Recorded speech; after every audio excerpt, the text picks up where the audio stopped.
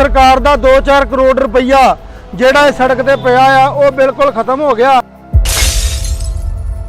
ਇਹ ਲੋਕਾਂ ਦੇ ਪੈਸੇ ਦੀ ਬਰਬਾਦੀ ਹੈ, ਲੋਕਾਂ ਦੇ ਦਿੱਤੇ ਟੈਕਸ ਦੀ ਬਰਬਾਦੀ ਹੈ।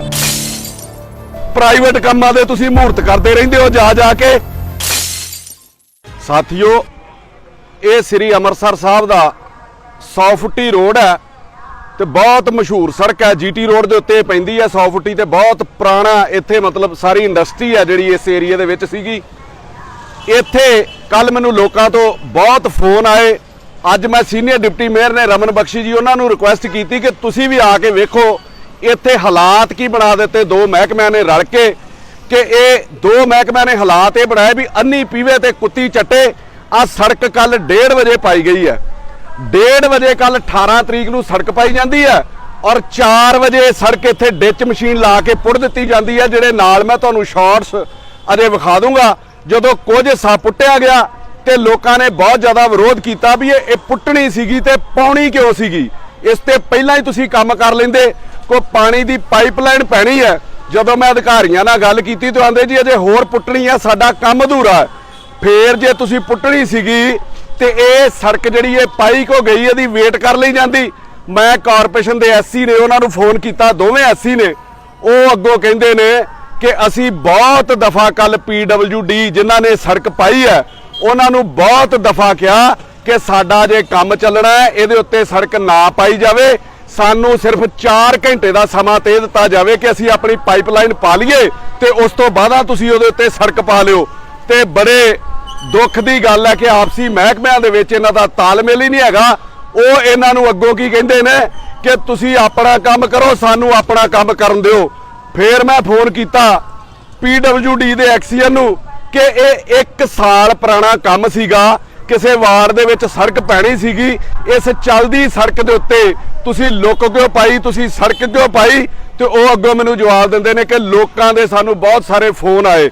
ਹੁਣ ਇੱਕ ਸੁਭਾਵਿਕ ਜੀ ਗੱਲ ਹੈ, ਜੇ ਲੋਕਾਂ ਦੀ ਡਿਮਾਂਡ ਹੋਊਗੀ ਤੇ ਉਹ ਕਾਰਪੋਰੇਸ਼ਨ ਨੂੰ ਹੋਊਗੀ ਜਾਂ ਸੰਬੰਧਿਤ ਜਿਹੜਾ ਮਹਿਕਮਾ ਹੈ ਉਹਨੂੰ ਹੋਊਗੀ ਜਾਂ ਇੰਪਰੂਵਮੈਂਟ ਟਰਸਟ ਨੂੰ ਹੋਊਗੀ ਜਿਹੜੀ ਕੰਮ ਕਰਾਉਂਦੇ ਆ। ਕਦੀ ਲੋਕ ਸ਼ਹਿਰ ਵਾਲੇ ਸਿੱਧੇ ਤੌਰ ਤੇ ਵੀ PWD ਨੂੰ ਡਿਮਾਂਡ ਕਰਦੇ ਨੇ। ਫਿਰ ਉਹਨਾਂ ਨੂੰ ਮੈਂ ਪੁੱਛਿਆ ਤੁਸੀਂ ਇਹ ਲੁੱਕ ਪਾਉਣ ਤੋਂ ਪਹਿਲਾਂ ਕਾਰਪੋਰੇਸ਼ਨ ਕੋਲੋਂ NOC ਲਈ ਹੈ ਤੇ ਕਹਿੰਦੇ ਨਹੀਂ ਲਈ ਗਈ।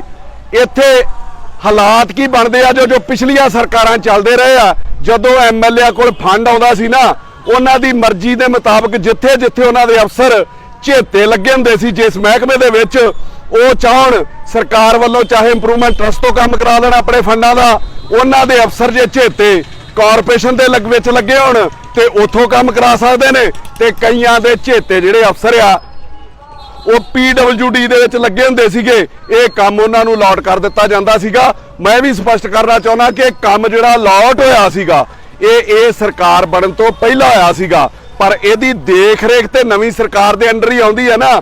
ਸੋ ਜਿੱਥੇ ਜਿਹਦੀ ਸੈਟਿੰਗ ਹੈ ਉਹ ਉਥੋਂ ਕੰਮ ਕਰਾ ਲੈਂਦਾ ਔਰ ਜਿਹਦਾ ਜਿਵੇਂ ਦਿਲ ਕਰਦਾ। ਇਹ ਜ਼ਰੂਰੀ ਨਹੀਂ ਕਿ ਉਹਦੇ ਵਿੱਚ ਲਿਖਿਆ ਗਿਆ ਸੀ ਇਹੋ ਸੜਕ ਪੈਣੀ ਹੈ।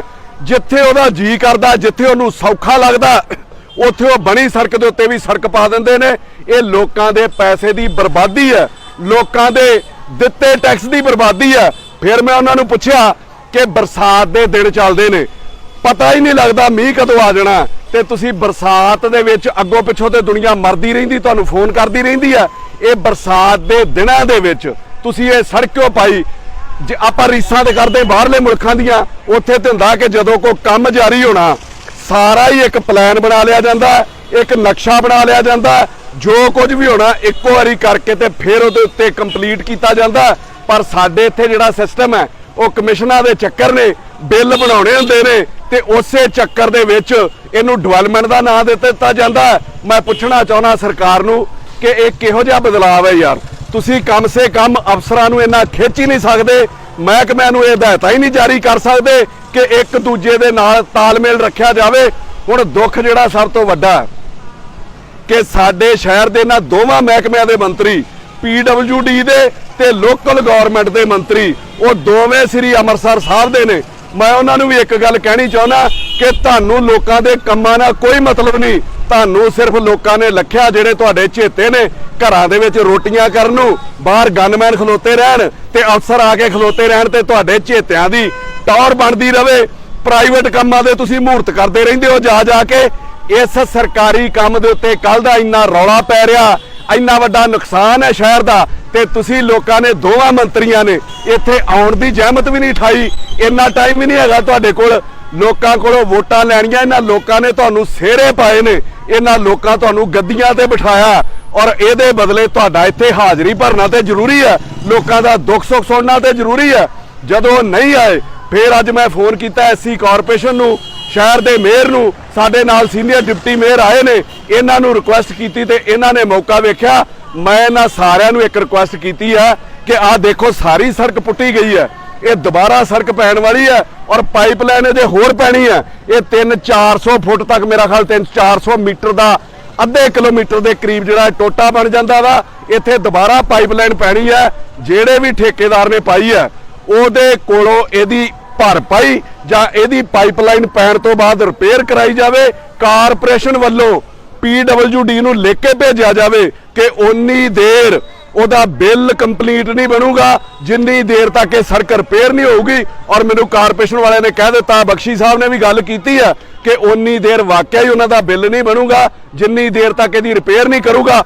ਔਰ ਦੂਜੇ ਪਾਸੇ ਮੈਂ ਲੋਕਾਂ ਨੂੰ ਵੀ ਅਪੀਲ ਕਰਨਾ ਚਾਹੁੰਦਾ, ਜਿਹੜੇ ਲੋਕਲ ਜਿਹੜੇ ਬਸ਼ਿੰਦੇ ਹੁੰਦੇ ਨੇ ਇੱਥੋਂ ਦੇ, ਕਿ ਮੈਨੂੰ ਜਾਂ ਰਮਨ ਜੀ ਨੂੰ ਨਾ ਡੀਕਿਆ ਜਾਵੇ, ਕੋਈ ਬੰਦਾ ਨਾ ਲੱਭਿਆ ਜਾਵੇ ਵੀ ਕੌਣ ਸਾਡੀ ਆਵਾਜ਼ ਚੁੱਕੂਗਾ।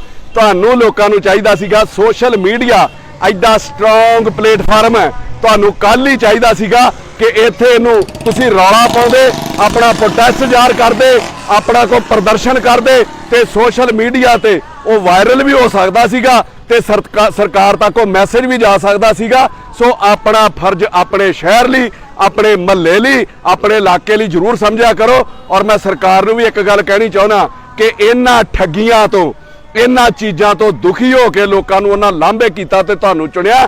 ਇਹਦੇ ਉੱਤੇ ਵੀ ਕੋਈ ਪਾਲਿਸੀ ਤੇ ਸਖਤੀ ਹੋਣੀ ਚਾਹੀਦੀ ਹੈ। ਜ਼ਰੂਰੀ ਨਹੀਂ ਕਿ ਫੜ ਸਾਰੇ ਲੀਡਰ ਟੰਗੀ ਜਾਓ, ਜਿਹੜੇ ਅਫਸਰ ਵੀ ਕਤਾਈ ਕਰਦੇ ਨੇ ਉਹਨਾਂ ਨੂੰ ਵੀ ਸਜ਼ਾਵਾਂ ਦੇਣੀਆਂ ਚਾਹੀਦੀਆਂ। ਪਰ ਹੁੰਦਾ ਕੀ ਹੈ ਕਿ ਅਫਸਰ ਦੀ ਇਨਕੁਆਇਰੀ ਜਿਹੜੀ ਕਰਨੀ ਹੁੰਦੀ, ਅਫਸਰ ਨੇ, ਉਹ ਕਿਸੇ ਪੋਲੀਟੀਸ਼ੀਅਨ ਨੇ ਨਹੀਂ ਕਰਨੀ ਹੁੰਦੀ, ਉਹ ਹਮੇਸ਼ਾ ਹੀ ਆਪਣੇ ਅਫਸਰਾਂ ਨੂੰ ਬਚਾ ਲੈਂਦੇ ਨੇ। ਸੋ ਇਹੋ ਜਿਹਾ ਮੈਸੇਜ ਵੀ ਜਾਣਾ ਚਾਹੀਦਾ ਕਿ ਜੋ ਪਿਛਲੀ ਸਰਕਾਰ 'ਚ ਠੱਗੀਆਂ ਵੱਜਦੀਆਂ ਰਹੀਆਂ ਨੇ ਜਾਂ ਗਲਤ ਕੰਮ ਹੁੰਦੇ ਰਹੇ ਆ, ਉਹ ਬੰਦ ਹੋਣੇ ਚਾਹੀਦੇ ਆ। ਸੋ ਮੇਰੀ ਇਹਨਾਂ ਦੋਵਾਂ ਮਹਿਕਮਿਆਂ ਦੇ ਮੰਤਰੀਆਂ ਨੂੰ ਅਪੀਲ ਹੈ ਕਿ ਹੈਗੇ ਤੇ ਤੁਸੀਂ ਨਾਂ ਦੇ ਮੰਤਰੀ ਜੇ, ਪਰ ਇਹਨਾਂ ਗਲਤ ਕੰਮਾਂ ਦੇ ਉੱਤੇ ਐਕਸ਼ਨ ਜ਼ਰੂਰ ਲਿਆ ਕਰੋ। ਮੈਂ ਧੰਨਵਾਦ ਕਰਦਾ ਰਮਨ ਬਖਸ਼ੀ ਜੀ ਦਾ।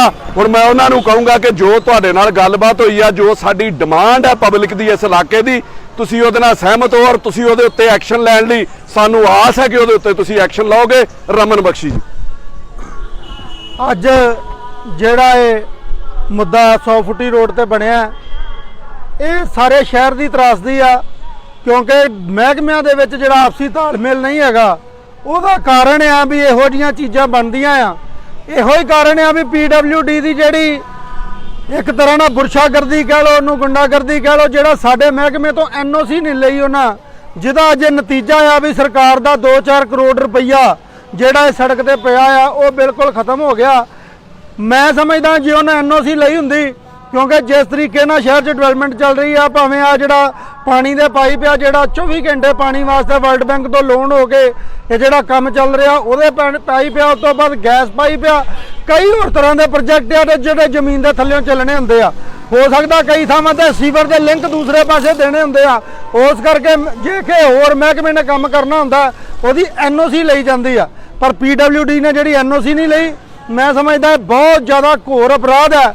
ਇਸ ਸੰਬੰਧ ਦੇ ਵਿੱਚ ਜਿਹੜੇ ਇਹਨਾਂ ਦੇ ਮੰਤਰੀ ਆ, ਇੱਥੋਂ ਦੇ SC ਆ, ਸਾਰਿਆਂ ਨੂੰ ਲਿਖਿਆ ਜਾਏਗਾ ਠੇਕੇਦਾਰ ਦੇ ਖਿਲਾਫ, ਉਹਦੀ ਜਿਹੜੀ ਆ ਲਾਇਸੈਂਸ ਕੈਂਸਲ ਕਰਨ ਦੇ ਵੀ ਲਿਖਿਆ ਜਾਊਗਾ ਤੇ ਉਹਦੇ ਨਾਲ ਪੁਲਿਸ ਨੂੰ ਪਰਚੇ ਵਾਸਤੇ ਲਿਖ ਕੇ ਆਉਣ ਵਾਲੇ ਸਮੇਂ ਦੇ ਵਿੱਚ ਜਿੰਨੀ ਦੇਰ ਤੱਕ ਸਾਡਾ ਇਹ ਸੀਵਰ ਦਾ ਕੰਮ ਨਹੀਂ ਪੂਰਾ ਹੁੰਦਾ ਤੇ ਉਸ ਤੋਂ ਬਾਅਦ ਇਸ ਸੜਕ ਦਾ ਜਿਹੜੀ ਆ ਗੁਣਵੰਤਾ ਨਹੀਂ ਪੂਰੀ ਹੁੰਦੀ, ਭਾਵੇਂ ਇਹਦੀ ਥਿਕਨੈਸ ਨੂੰ ਲੈ ਕੇ ਜਾਂ ਇਹਦੀ ਕੁਆਲਿਟੀ ਨੂੰ ਲੈ ਕੇ, ਉਨੀ ਦੇਰ ਇਹਦੀ ਪੇਮੈਂਟ ਵੀ ਨਹੀਂ ਹੋਊਗੀ।